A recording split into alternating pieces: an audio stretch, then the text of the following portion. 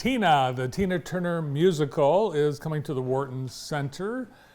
And joining us now is one of the stars of the musical, playing the role of Tina Turner's mom, is Roz White. Hi, Roz. Hello. Welcome to our show. Can't wait to see the show. I didn't know as much about Tina and her family until I started looking into the story of the show. You never really hear about Tina Turner's mom. Did you know much about the relationship, anything about her family before you took on the role? I did. What's Love Got to Do with It? The movie came out in 1993, and I went to the movies, and Jennifer Lewis played Tina Turner's mom in the movie. And I immediately fell in love with the character and how sassy and how direct she was.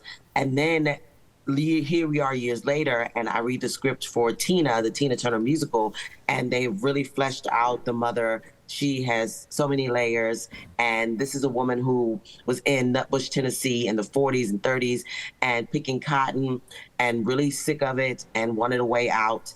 And then she has this child who we would consider hyper these days, who's jumping and singing. And so she makes a hard decision to take her more calm child and leave Nutbush for a better life, leaving little Anime behind. And that starts her whole journey. She learns from her grandmother about her voice and about how to call on the ancestors. And then when she turns 17, she moves with her mother. And that's where she meets Ike, and her whole life begins in show business. And so Tina's mom is the catalyst for a lot of the events that happen in her life. And it is a very complex role. They have a difficult relationship, not besties like you would want mother and daughter to be, but definitely challenging relationship that formed the strong person that Tina Turner was and is. Yeah, a difficult relationship, mother and daughter. I think a lot of people know about her difficult relationship with Ike Turner, and it sounds like domestic violence is a pretty big part of the story of Tina Turner. Absolutely. She grew up in a household where domestic violence was present. Her mother and her father had many fights, one of which we display on stage, that triggers and causes Zelma, my character, to leave. And then it mirrors in her life with Ike, and she stays with Ike because her mother left and she doesn't want to be a person who leaves. And so it's not healthy, but in her mind, she was staying and preserving the relationship for the children. And sometimes it's better to walk away. Was there anything in your life and in your upbringing that made it easier for you to relate with Tina and her mom? Unfortunately, yes. Definitely the domestic violence I saw, also the hard relationship with my mom, and saw also a hard relationship between my mom and my grandmother, and also lost my mom very recently. So definitely have a lot of parallels. I'm an entertainer. I was that child nobody kind of understood until I really hit my flow of it. And so, yes, there's lots of similarities. I have so much to pull from. I was only 14 when Private Dancer came out, and I was mesmerized by Tina Turner. And then I started to learn her story and became even more enthralled. And now to be able to portray her mother and that relationship is just really something that I feel like is full circle and meant to be. So you're more really in real life closer to Tina Turner's age, but she's much older than you. But you grew up, and were in performing shows in your teens and 20s. Some of the things that I know Tina Turner faced: ageism, sexism, racism, all of those things you encountered as well. Absolutely. And as a young Black woman growing up in the United States, there was already a list of things that I was told I could not do.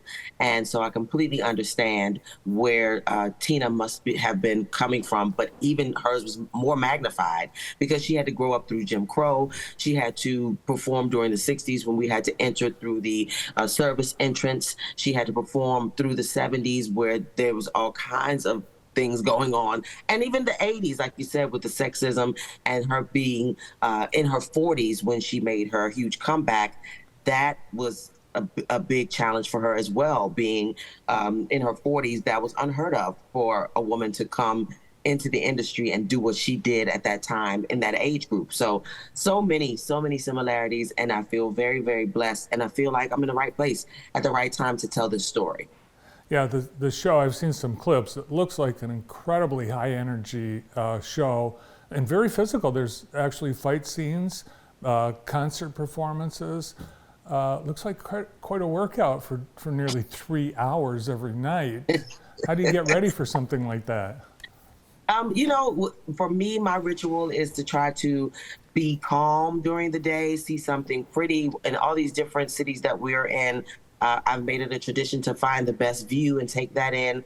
My pre-show meal is important, that it has the right things in it, a lot of color and protein and energy giving foods, drinking lots of water, and then of course the resting between. But for me, the day of the show, I do like to get outside, get some fresh air in my lungs, and just take in the beauty around me, because my very first scene is a fight scene. And in the rehearsal process, it was extremely difficult for me emotionally. But as I began to embrace my role and get into the character, now it is more, like you said, athleticism. Even though it's, a harsh subject matter we're telling, it helps me to stay focused. And I know that I come early to work. They will all tell you I come very early so that I can get into the mindset of the character and won't be off kilter. You're getting great notes and reviews for your song, It's Gonna Work Out Fine. Did Tina's mother, did Zelma actually sing as well? Not really. It literally, her grandmother was definitely a singer, and her father was a preacher who sang a little bit too. So that's where her vocal ability came from. Zelma was not. She didn't latch on to the artistic side of herself at all.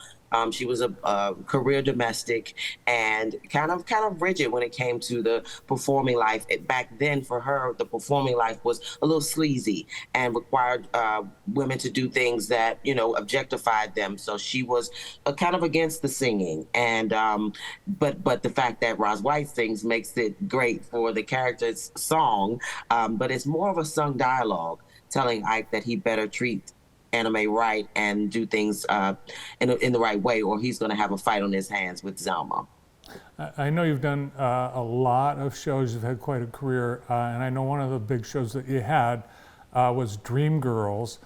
It looks like there might be some similarities, but for you, what are the differences in performing in Dreamgirls versus performing in Tina? Oh wow! Well, the thing about Tina is that first of all, the show is Tina, and it's a true story told from Tina Turner's depictions of her childhood and her career. So that's a huge difference. Whereas Dreamgirls is a fictional group that's based on some groups from the 60s. The show itself, the construct of it, Tina herself barely leaves stage. She may leave stage twice. The ensemble is responsible for spinning her around and ripping off this wig and putting on that wig and ripping off that costume and putting on this costume while she stands there and gets whirled around. And then she has to go out and be Tina Turner. She has to put a 60-year career in 2 hours and 45 minutes. So whereas Dreamgirls, more of the ensemble is participating in the upfront storytelling. With Tina, there's this one woman who is the focus the entire time, and we just become different people in her lives. The grandmother, the mother, and Ike stay the same, but all the other ensemble members become different people in her life. at different times and in different eras in the United States. And so there's similarities in that we do span a few decades, but the difference is the vehicle of the storytelling and how the band is revealed at the end in Tina. It's just amazing. It's not really like any other show that you've ever seen. It's like you're getting the best of both worlds. I know the look of the show also getting a lot of attention. In fact, nominations for awards, Tonys, and the costumes. What did you think? What was it like to be wearing those elaborate costumes from the 50s and 60s in your role? I love it. I love character acting. I love becoming someone from a different era. And our wig and costume departments are the absolute best. Everything is so authentic to the period. And you get to see a real shift in Zelma's lifestyle because she's really striving for this new life. So in the beginning, you see that she doesn't have much and it's very meager. But by the time she gets to St. Louis and she has the job that she wants, her hair has changed, her dress has changed. She has her nails done now. She has a scarf. She has a better purse. And my character, I incorporated smoking because women weren't allowed to smoke in public at one point in time. And also, Zelma in Tina's book was a smoker from like age 10. And so I thought that would be something she would carry into her life as a sign of sophistication. It was back then. We know now much better. But for that period, it adds something to the character. So I'm having a ball with costumes and wigs. This is one of my favorite things about performing. I know you get a lot of questions. I think young people that watch a show like this, they get bitten by the Broadway bug, and I know you get questions, and I know you teach and conduct master classes. What do you tell young people that see you as a role model and want to follow in your footsteps? It's got to be tough to break into the biz. It can be tough. Once you have decided and once you are committed as an artist, and I was taught when I was a child that it takes 10,000 hours to consider yourself a professional. And I know a lot of kids will get exasperated at the idea of counting hours, but you want to make sure that it's something that you're doing every day and not necessarily in front of an audience, because there's the practicum and there's the rehearsal and there's the developing and the learning and the studying part of it as well. But you want to make sure that you're doing something every day towards your goal. And that's been my philosophy since I was a kid. One thing every day. It could be working on your resume. It could be learning a new monologue, learning a song. It could be working on your vocal technique, your physicality and what you do. So finding good mentors and connecting to mentors so that they can help you develop your craft. But just do something every day towards your goal. And that's always been my advice to young aspiring artists, that nothing happens overnight and that it is a process. And so take those steps so that you can look back and reflect and be able to help someone else one day that may ask for the same advice. Well, I think that's great advice for anybody. Roz, I can't wait to see the show. It looks like an awesome show, great concert, awesome music, and great performances. And it's coming to the Wharton Center. Tina, the Tina Turner musical, coming to the Wharton Center April 18th to the 23rd. Roz, we look forward to having you here in Michigan, and sounds like it's going to be an awesome experience for the audience, and I hope it's awesome for you as well. It's going to be awesome for everybody. Thank you so much for having me. Thank you. Roz White, starring as Selma Bullock, Tina Turner's mom in Tina, the Tina Turner musical. Thanks so much, Roz. Thank you.